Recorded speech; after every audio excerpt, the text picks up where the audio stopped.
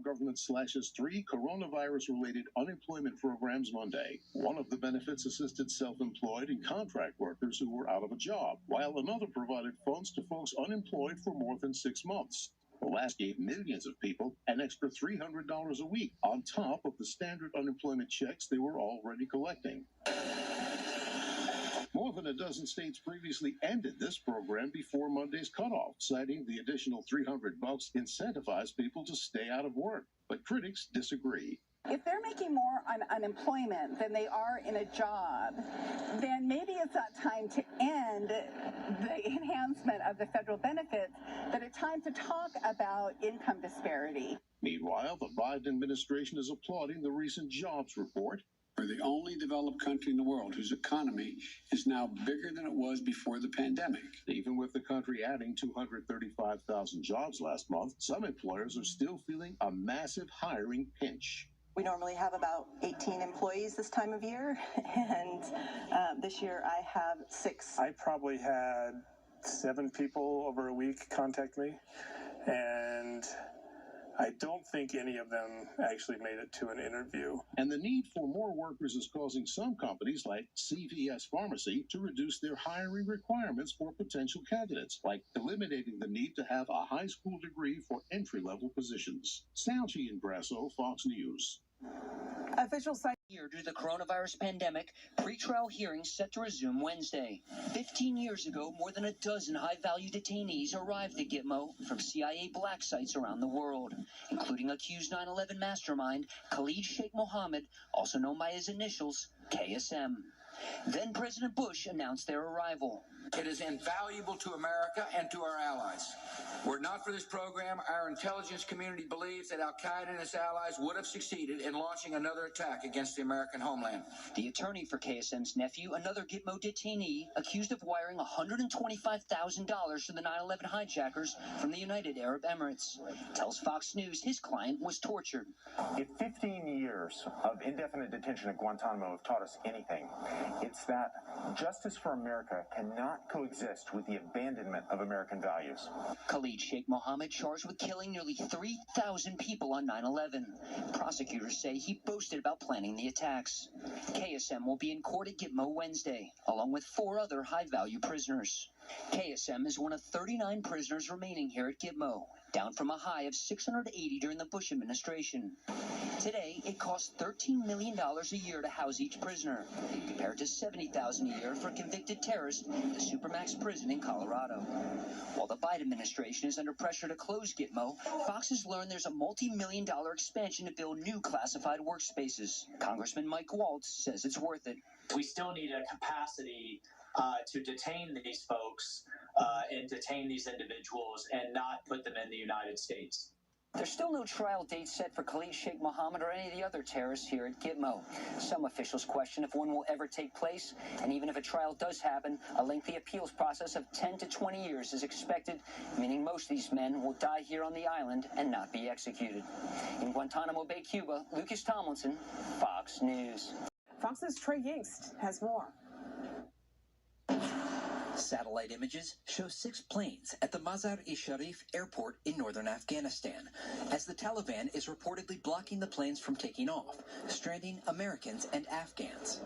Republican House member Michael McCall told Fox News Sunday that the flights were cleared for takeoff by the U.S. State Department, though provided no additional evidence. Reports indicate up to 1,000 people could be stuck at the airport, all on chartered planes. In the Afghan capital of Kabul, a new image shows a Taliban flag painted outside the former U.S. embassy as the group works to put together a government. Work is underway on technical issues so that the new government is announced. We are also waiting, but efforts are being made to do the basic work. I hope we'll see the announcement of the government in the next few nights. Over the past few days, Taliban officials have met with representatives from the United Nations and the Red Cross, though questions remain about their willingness to engage with the international community. U.S. Secretary of State Antony Blinken Blinken and Defense Secretary Lloyd Austin are in Doha today, in part to discuss how American diplomacy could prevail in Afghanistan with no presence on the ground. The Biden administration will have to rely heavily on the Qataris to act as a middleman with the Taliban and get U.S. citizens out of the country. A senior State Department official confirmed today that an American family crossed to a neighboring country by land, as thousands are expected to do in the coming weeks. For reasons from fearing Taliban violence to lack of opportunity, civilians continue to flee Afghanistan to neighboring Iran, Tajikistan, and Pakistan. There is no work in Afghanistan. We didn't have money to get treatment for our sick members. We are taking them to a charity hospital so they can get free treatment. We do expect both U.S. and Qatari officials to take questions tomorrow morning on the state of those evacuations and the growing humanitarian crisis inside Afghanistan. In Doha, Trey Inkst, Fox News. The current national average is about $3.18 per gallon. Millions traveled for Labor Day weekend, if not by car, then by air. But so far, the numbers from this year are still well below pre-pandemic levels.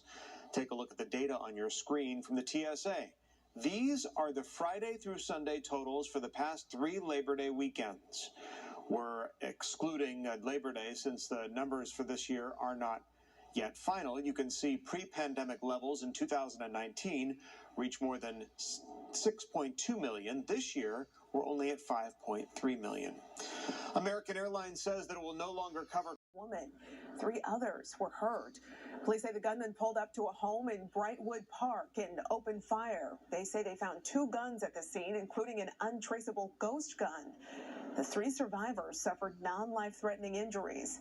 Police are still searching for the shooters and are looking for this car they think may be connected. The senseless gun violence over the weekend also reaching Florida. A former Marine sharpshooter is being held without bond after being accused of killing 4 people, including an infant. One survivor, an 11-year-old, is miraculously alive after police say that she was shot more than half a dozen times. Fox's Eben Brown has details.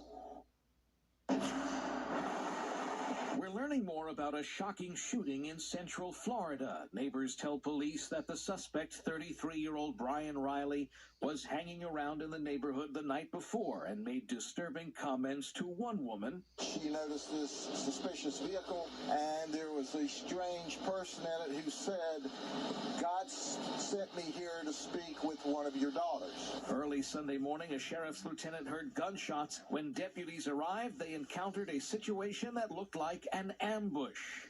Totally outfitted in body armor, and looked as if he was ready to engage us all in an active shooter situation. After a massive shootout with police, Riley eventually gave himself up. Police found 4 people who had been fatally shot, including a mother and her 3-month-old baby.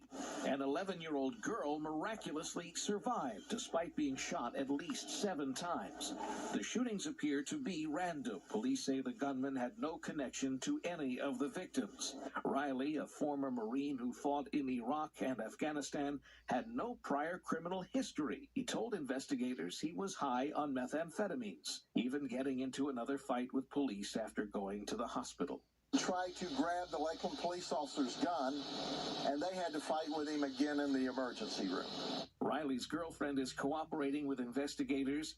She says he had been showing signs of PTSD and had been acting erratically for weeks. Eben Brown, Fox News.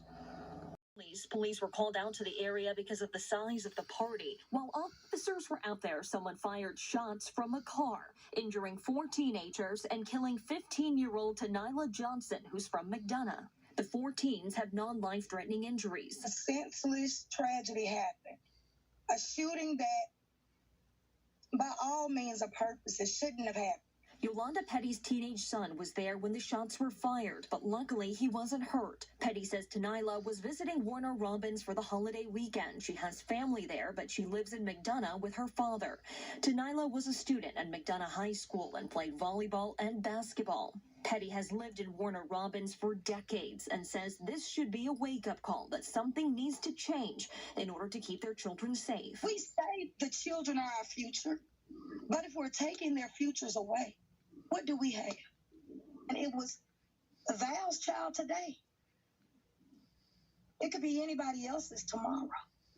So how are we going to stop it? Police have not yet arrested anyone in connection to this shooting. Tanila's volleyball team at McDonough High School will be wearing blue in her honor for their home game tomorrow.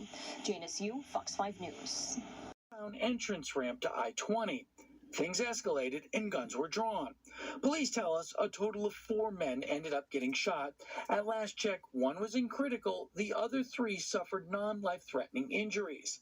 The number of gunmen fired wasn't released, nor do we know the total number of shots that were fired. But police do think all of those that were hurt were involved in the initial altercation and say they're not looking for any other shooters. Detectives hope to be able to interview the injured men so they could figure out what led up to the gunfight and which of them might have pulled the trigger. Captured from their surveillance cameras as well. A liquor bar caused him to almost lose his life. Chaos inside Pseudo Bar and Grill late Sunday night after a fight led to one man opening fire. Demetrius Borders captured the heart-pounding moments and says it all stemmed from a spilled bottle of alcohol. We just saw them, having an exchange of words, and the guy in the white actually sat down. He sat down, and then, but the guy in the black, he wouldn't leave. He was still talking. Talking turned to fighting, which investigators say led to the man in black pulling out a gun and firing. Officials with the Rockdale County Sheriff's Office confirmed 3 people were shot. Thankfully, all are expected to be okay. The suspected shooter, James Simpson, was arrested and charged. He looked at my phone, so he probably knew I was recording. So I didn't know if he was going to turn around and aim it at me and my friends or something. This surveillance video outside the bar shows a Rockdale County Sheriff's deputy working off duty and an injured man running by. Moments later, he comes face to face with Simpson, where he is able to tackle him to the ground and handcuff him. Demetrius wonders how the gunman got the weapon inside. The security that got shot, he actually patted all of us. He checked our IDs, and I had a bag across my chest. He actually went in my bag, so he checked all of us out. As police continue their investigation, Demetrius wants you to be safe while out. I didn't plan on going out again after that because that happened so quick. And for something like that to happen over something so petty. And according to the Rockdale County Sheriff's Office, James Simpson is charged with reckless conduct and aggravated assault. If you know anything that might be able to help in this case, come forward. You can remain anonymous. In Rockdale County, I'm Eric Perry.